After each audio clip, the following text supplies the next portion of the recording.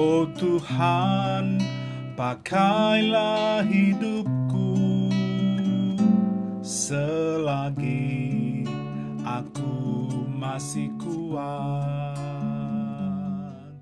Shalom, salam dalam damai sejahtera Tuhan Yesus Kristus untuk rekan-rekan semua. Pada saat ini saya ingin membagikan sebuah renungan yang saya beri judul Hidup Anak-anak Tuhan. Firman Tuhan diambil dari Efesus 5 ayat 15 sampai dengan 18 yang berbunyi, "Karena itu perhatikanlah dengan seksama bagaimana kamu hidup, janganlah seperti orang bebal, tetapi seperti orang arif. Dan pergunakanlah waktu yang ada, karena hari-hari ini adalah jahat. Sebab itu janganlah kamu bodoh, tetapi usahakanlah supaya kamu mengerti kehendak Tuhan. Dan janganlah kamu mabuk oleh anggur, karena anggur menimbulkan hawa nafsu, tetapi hendaklah kamu penuh dengan roh." Saya membagi beberapa bagian untuk renungan ini. Yang pertama, perhatikan. Ayat 15 dikatakan, "Karena itu perhatikanlah dengan seksama bagaimana kamu hidup. Janganlah seperti orang bebal, tetapi seperti orang arif." Perhatikanlah dengan seksama bagaimana kamu hidup. Berarti ini menunjukkan bahwa kita harus hidup dalam kasih, kita harus hidup dalam terang, baik dalam perkataan, dan juga menjaga pergaulan kita, karena pergaulan buruk akan mempengaruhi sikap hidup kita. Kemudian yang kedua, pergunakan. Dikatakan ayat 16, "Dan pergunakanlah waktu yang ada, karena hari-hari ini adalah jahat." Mazmur 90 ayat 12 mengatakan, "Ajarlah kami menghitung hari-hari kami sedemikian, hingga kami beroleh hati yang bijaksana." Lalu bagaimana kita menggunakan waktu kita dengan sebaik-baiknya?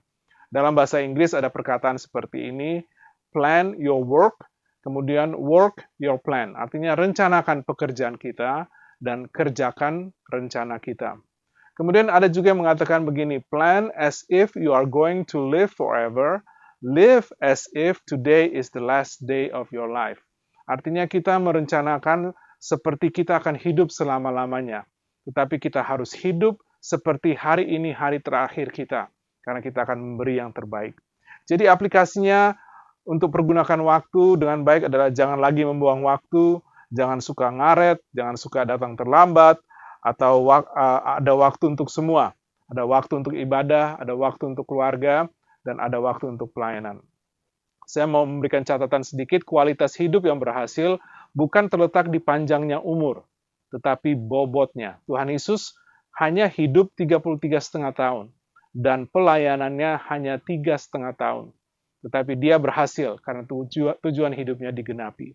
Kemudian nomor 3, prioritaskan. Ayat 17 dikatakan, "Sebab itu janganlah kamu bodoh, tetapi usahakanlah supaya kamu mengerti kehendak Tuhan."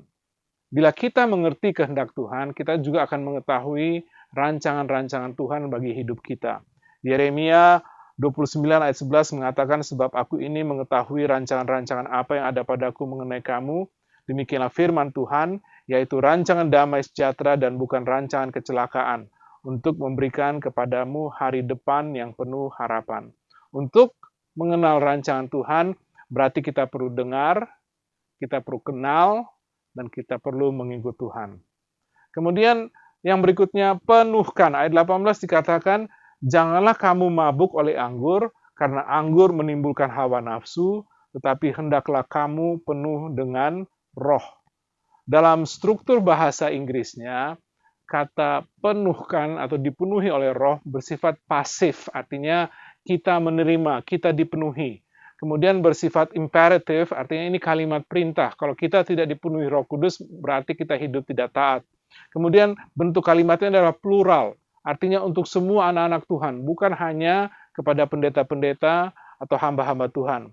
Kemudian dalam bentuk present, artinya sekarang dan seterusnya, setiap hari. Bukan hanya kemarin, bukan hanya besok, tetapi setiap hari.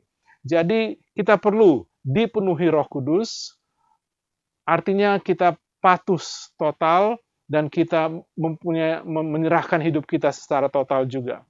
Produk daripada hidup yang dipenuhi Roh Kudus dapat kita lihat nanti dalam pelayanan, dalam perkawinan, suami semakin mengasihi istri, istri semakin menghormati suami, dalam pekerjaan, baik pemimpin maupun pekerja-pekerja, dalam menghadapi peperangan rohani, doa-doa kita juga akan semakin berbobot bila kita berdoa di dalam roh, dan juga pekabaran Injil.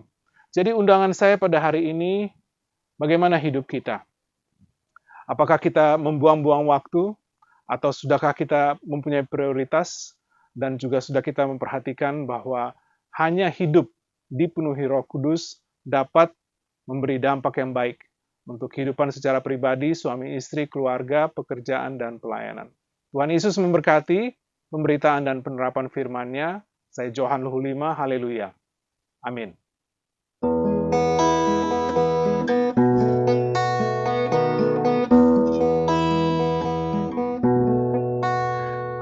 Adapun hidupku ini bukannya aku lagi, melainkan Kristus yang hidup di dalamku. Adapun hidupku ini bukannya aku lagi, melainkan Kristus yang hidup di dalamku. Tetapi hidup yang sekarang aku hidup di dalam tubuh ini, aku hidup di dalam iman kepada Anak Allah yang mengasihi aku dan yang menyerahkan dirinya untuk aku.